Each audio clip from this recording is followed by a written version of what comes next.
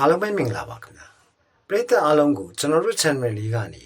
တထေးကြော်နဲ့ guide driver ဆိုတဲ့ဇာတ်လမ်းလေးကိုတင်ဆက်ပေးချင်ပါတယ်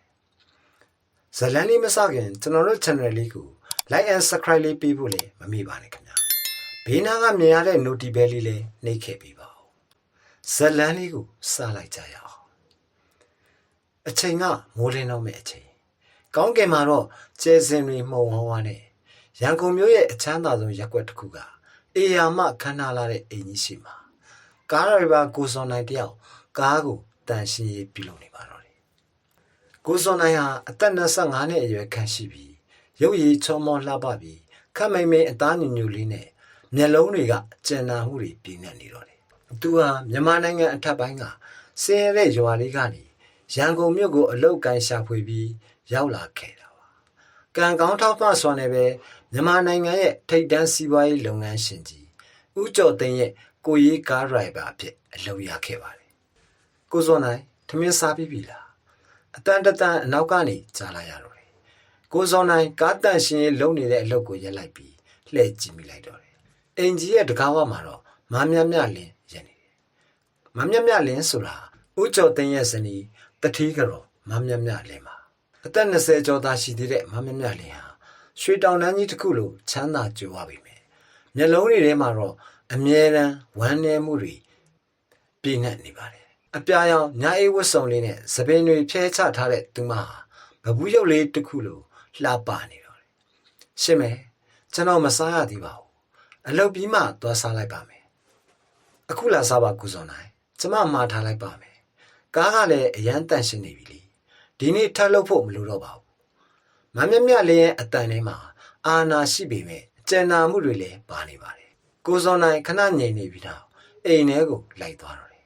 ဒါဟာသူတို့နှစ်ယောက်ရဲ့ပုံမှန်မဟုတ်တဲ့ဆက်ဆံရေးတစ်ခုရဲ့အစပဲရှိပါသေးတယ်ရသတပတ်အနေငယ်ကြာတဲ့အချိန်မှာတော့ကိုစောနိုင်ဟာမမြလင်းရဲ့ကိုရေးကားဒရိုက်ဘာအဖြစ်နေ့စဉ်အလုပ်လုပ်နေရတော့တယ်သူမဟာဈေးဝယ်ထွက်တဲ့အခါမိတ်ဆွေတွေနဲ့ကလပ်တီကိုသွားတဲ့အခါမှာတငယ်ချင်းတွေနဲ့လက်ဖက်ရည်တောက်တဲ့အခါတိုင်းကိုစောနိုင်ကကားမောင်းပေးရပါတော့တယ်။ဒီနေ့မှာတော့မမြလင်းဟာပုံမှန်လိုဈေးဝယ်ထွက်ခဲ့ပါတယ်။ဒါပေမဲ့အချိန်ကြာကြီးထိပြန်မလာခဲ့ဘူးဖြစ်နေတော့တယ်။ကားထဲမှာထိုင်နေတဲ့ကိုစောနိုင်တယောက်စိတ်ပူလာတယ်။နောက်ဆုံးမှာတော့သူမကိုလိုက်ရှာတဲ့အခါမှာဈေးရဲ့အနောက်ဘက်တောက်မှာ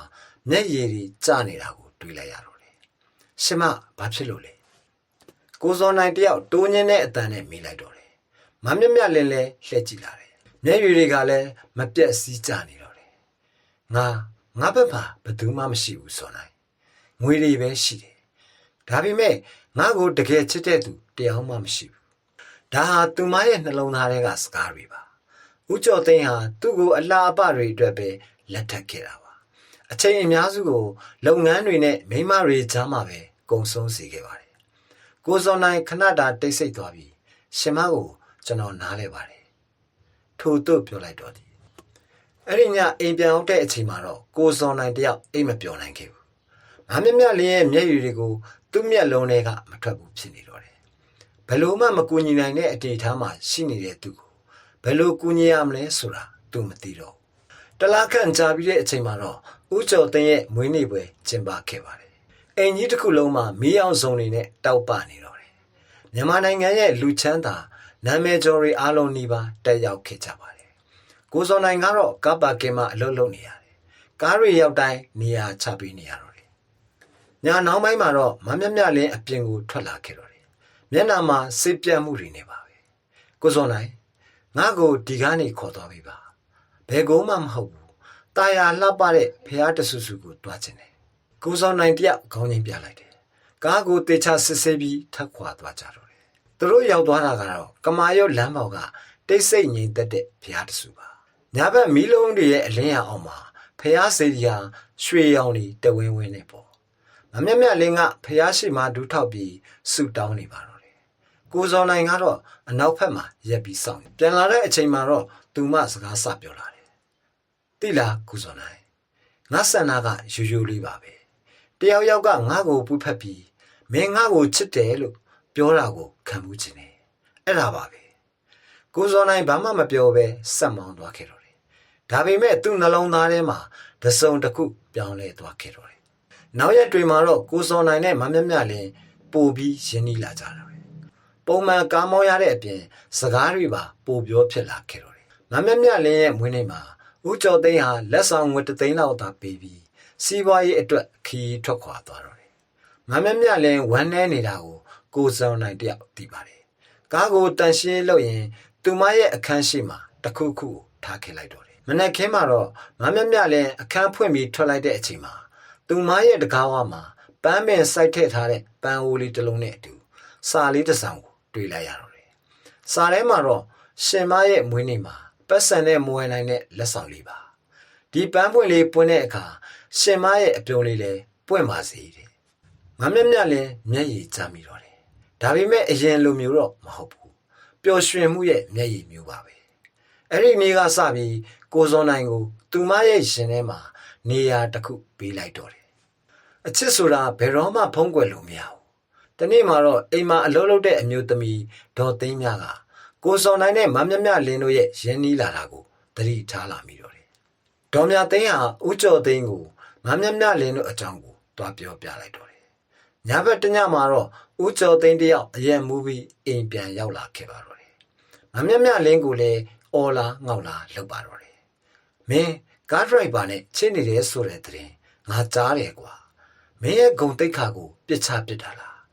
မမြတ်မြတ်လင်းအချိန်ချင်းအခါခါညှင်းဆူခဲ့ပါတယ်ဒါပေမဲ့ဦးကျော်သိန်းကတော့အယုံကြည်မရှိဘူးကိုစောနိုင်ကိုအလုတ်ထုတ်ပြီးအိမ်ကနေနှင်ထုတ်လိုက်တော့တယ်ကိုစောနိုင်အိတ်ကိုပြင်ဆင်နေတော့မှပဲမမြတ်မြတ်လင်းသူ့အခန်းထဲကိုရောက်လာခဲ့တော့တယ်ငါတို့ဒီလိုမပြတ်နိုင်ဘူးကိုစောနိုင်ထို့သို့မမြတ်မြတ်လင်းကပြောလာပြန်တော့တယ်ကိုစောနိုင်ခေါင်းကုန်ပြီးကျွန်တော်ဘာလုံးနိုင်မှလဲရှင်မရဲ့ကျွန်တော်ကအစင်းရဲသားရှင်မကတတိကြော်လေးငါမြတ်မြတ်လင်းသူ့လက်ကိုဆွဲကန်လိုက်တော့ငါဘာမှမလုပ်ချင်ဘူးမင်းကိုပဲလူချင်တယ်အဲ့ဒီညမှာသူတို့အတူတူထွက်ပြေးဖို့ဆုံးဖြတ်လိုက်ပါတော့တယ်နောက်တနေ့မနက်မှာတော့မမြတ်မြတ်လင်းအရေးကြီးတဲ့ဆုံးဖြတ်ချက်တစ်ခုကိုချလိုက်တော့တယ်သူမရဲ့အခန်းထဲကလက်ဝတ်ရတနာတွေပတ်စံတွေကိုရှူလိုက်တယ်ကိုစော်နိုင်တဲ့အတူကားလေးစီးပြီးဘူရာယုံကိုထွက်ခွာခဲ့ပါတော့တယ်မန်လေးကိုတွားမဲ့ယထာဘော်တက်လိုက်တဲ့အချိန်မှာတော့ယထာဘော်တင်မမြတ်မြတ်လင်းတယောက်သဘောကျစွာပြုံးနေတော့တယ်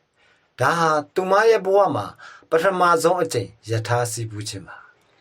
ငါအခုမှလွတ်လပ်တဲ့လေကိုရှူရှိုက်ဖူးတဲ့ကိုစော်နိုင်တယောက်သူမရဲ့လက်ကိုစုပ်ကင်ထားပြီး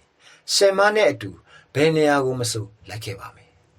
မန္တလေးရောက်တော့အိမ်ငှားပြီးအိမ်သေးသေးလေးနဲ့ရိုးရိုးလေးနေထိုင်ခဲ့ကြတော့တယ်ကိုစော်နိုင်ကတော့စိုက်ကယ်တစ်စီးနဲ့တက္ကစီမောင်းပါတယ်မမြတ်မြတ်လင်းကအိမ်မနေပြီးထမင်းချက်ဟင်းချက်လုပ်တယ်သူမဟာတခါမှထမင်းမချက်ဘူးတဲ့အတွက်ပထမဆုံးနေ့မှာထမင်းတွေဂျိုးတူးသွားတော့တယ်ကိုစော်နိုင်နဲ့အတူရေမောပြီးအတူတူထမင်းချက်ပြုတ်ကြပြန်တယ်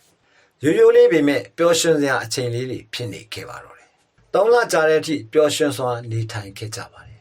ဒါပေမဲ့ဦးကျော်သိန်းကသူတို့ကိုလိုက်ရှာနေတယ်ဆိုတာကိုသိလိုက်ရတော့တယ်တနေ့မှာတော့မျက်နှာစိမ်းတစ်ယောက်ကသူတို့ကိုလာပြီးဓာတ်ပုံရိုက်သွားတော့တယ်နောက်3 ရက်အကြာမှာဦးကျော်သိန်းကိုယ်တိုင်ရောက်ရှိလာတော့တယ်ကားအနက်ကြီးတွေနဲ့လူကြီးလူကောင်းတွေဝန်းရံထားတာပေါ့မင်းအယူလာမြတ်မြတ်လေးဦးကျော်သိန်းအော်ဟစ်ဆဲဆူပြန်တော့တယ်အဲ့ဒီစင်ရဲသားနဲ့လာနေတာငါနာမည်ကိုဖျက်ဆီးတာလားမမြတ်မြတ်လင်းမှာဝန်ခံပြီးကျမသူ့ကိုချစ်တယ်ထို့သူ့ပြောလိုက်တော့တယ်